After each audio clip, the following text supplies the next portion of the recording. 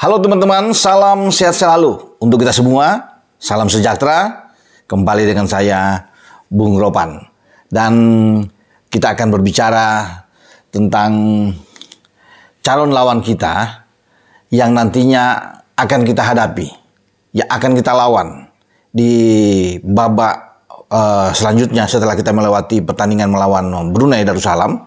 Karena saya meyakini kita bisa mengatasi Brunei Darussalam setelah kita bisa menang 6-0 di pertandingan pertama, dan walaupun masih akan ada pertandingan besok ya di markas lawan Stadion Nasional Bolkiah, tapi tim asuhan STY bisa melangkah untuk bisa meneruskan perjalanan sampai ke fase kedua untuk fokus menghadapi Irak.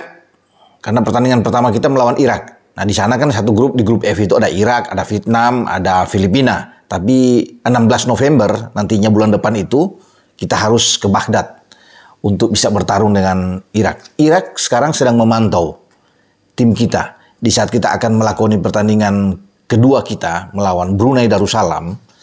Nah, mereka mungkin saja akan mengirim mata-mata mereka ya ke Brunei untuk melihat kekuatan tim kita, karena mereka tahu Indonesia sedang dalam pembenahan yang luar biasa dengan banyak menaturalisasi pemain-pemain, sehingga kedalaman skuad kita ini semakin oke, semakin bagus. Dan Irak tahu ya, bahwa Irak juga akan berhadapan dengan kita bukan saja di piala kualifikasi pra-piala dunia ini, tapi pada bulan Januari sampai yang akan berlangsung di Qatar, Januari Februari itu Piala Asia ya, putaran final untuk tim senior. Irak juga satu grup dengan kita.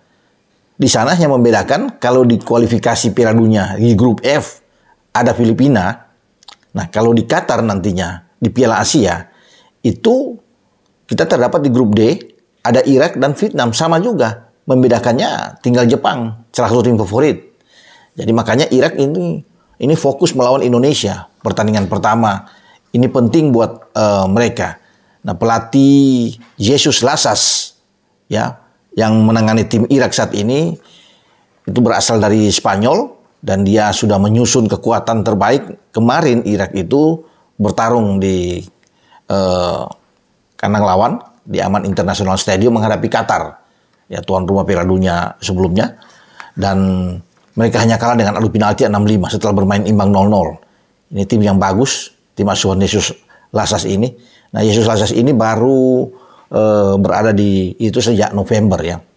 November tahun lalu dia masuk ke tim nasional Irak, dan hasilnya ya saya pikir cukup oke. Ada 11 pertandingan yang dia lakoni setelah dia menjadi pelatih di sana, 5 menang, 4 seri, dan baru 2 kali kalah.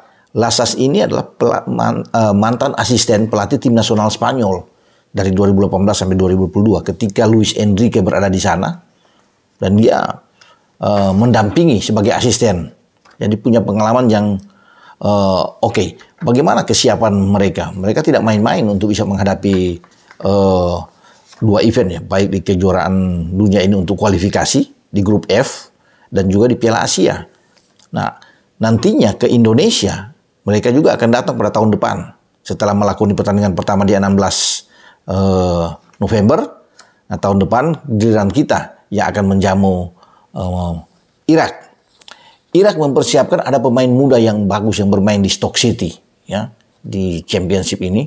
Itu Ali Hayden, masih 18 tahun. Nah, ini setipe seangkatan dengan Arkan Fikri ya, kawan-kawan. Kalau Marcelino Ferdinand kan sekarang sudah 19 tahun. Nah, kita akan lihat, ini penasaran juga melihat pemain kalau dia dibawa serta, dan dia masuk sekarang di tim senior, sudah dimasukkan oleh Jesus Lasas. Ali Hayden ya, sekali lagi ini namanya. Kemudian ada pemain muda mereka lagi yang berbahaya juga, yang sedang lagi bagus-bagus. Ali Al-Hamed, masih 21 tahun. Ya, ini bermain di Wimbledon, di Inggris juga. Jadi tidak main-main. Banyak pemain-pemain Irak itu bermain di luar. Ya, dan ada beberapa juga nanti mereka sedang siapkan untuk dinaturalisasi. Sama seperti Indonesia. Mereka juga tidak mau kalah untuk melakukan naturalisasi pemain-pemain untuk bisa menghadapi 2 event ini, Piala Dunia dan Piala Asia. Kita nantinya ke Baghdad itu akan bermain dengan dua pilihan stadion yang sudah disiapkan oleh Federasi Sepak Bola Irak. Yang pertama itu ada Stadion Al-Shab, ya, International Stadium. Ini berkapasitas 34.000 penonton. Dan stadion kedua yang disiapkan itu Al-Madinah International Stadium dengan 32.000 kapasitas. Tinggal dipilih, tapi saya pikir kalau yang bagus bermain di Al-Madinah ini dengan 32.000 penonton bagi tim asuhan Sintayong.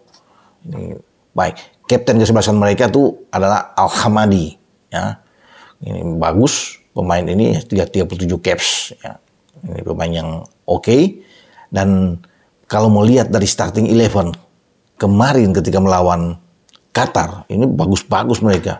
Ya, ada Al-Fadi di bawah Mistar, ada Rebin Sulaka 31 tahun, ada Zadon Al-Khouzi masih 24 tahun, ada Ali Adnan 29 tahun, ya, kemudian ada Merkadoski 23 tahun. Ini 4 back flat mereka di jantung pertahanan Irak. Ya, ketika menghadapi Qatar, dan Qatar sulit bisa menembus pertahanan mereka sebelum kalah dalam adu penalti Irak. Di tengah mereka punya double pivot yang bagus, ya. Ada Amjad Atawang 26 tahun, sudah memiliki caps 74 caps dengan 4 gol. Ini double pivot gelandang mereka, ya. Kemudian mereka punya Osama Rashid 31 tahun. Ini bermain di Portugal di Liga Kedua, ya, di Vizela. Sudah 26 caps bermain dengan tim Irak. Nah, mereka punya 3 gelandang yang ditaruh oleh pelatih Yesus Lasas. Itu ada Altameni, kemudian ada Bashar Rashan. Ini juga punya caps yang tinggi di Bashar Rashan, dan dia nantinya akan menjadi kekuatan. Ya, roh permainan bagi Irak ada di Bashar Rashan. Masih 26 tahun dengan 55 caps dan 3 gol. Kemudian mereka masih punya Ibrahim Bayes, ya. Masih 23 tahun, masih muda. Tapi capsnya sudah tinggi dengan tim senior, 42 caps. Sudah mencetak 6 gol. Ya, dia bermain di Liga Irak, ya, dengan Al Jamiyah. Dan kemudian mereka punya striker di depan adalah Ayman Hussein. Ayman Hussein ini sudah mencetak 16 gol dalam 64 caps, ya, bersama dengan Irak. Dia juga bermain di Al-Qahwa Al Jamiyah. Ini striker mereka yang ada di garis depan. Jadi saya pikir ini tim yang sangat bagus, ya, di Irak yang harus dilihat oleh STY, dan mereka pasti sudah mengetahui bagaimana cara untuk menghadapi Indonesia, apalagi kalau mereka datang mengirimkan orang ke Brunei untuk bisa melihat pertandingan di leg kedua kita menghadapi Brunei. Di bangku cadangan mereka punya kekuatan juga yang hampir merata semua. Kalau bisa melihat ada Al-Hamadi di sana, ya, ada Mohan Ali, ya, masih 23 tahun, bermain di Al-Shorta. Kemudian Al-Z, ini bermain di Norwegia, ya, di Sandefjord. Kemudian ada Al-Amari di sana, ada Putros, ya, ada Ahmed Ali, Remen. Jadi ini pemain-pemain yang semua secara kualitas oke. Dan mereka itu kalau sudah akan mengirim orang untuk bisa melihat kekuatan kita dan berbenah dengan baik untuk menghadapi Indonesia, pasti mereka tahu bahwa Indonesia sulit untuk dikalahkan. Mereka sudah punya data pasti, di mana Sintayong sudah memiliki Jordi Amat, ya, Sain Patinama, Elkan Bagot, ya, Sandy Walsh, Ivar Jenner, Rafael Struijk. Kemudian nantinya mungkin akan masuk lagi setelah cepat dinaturalisasi Jay Ises yang ada di sana. Kita punya pemain-pemain, ada Kapten Asnawi yang bermain di Korea, Pratama Arhan bermain di Tokyo Verdy, ya.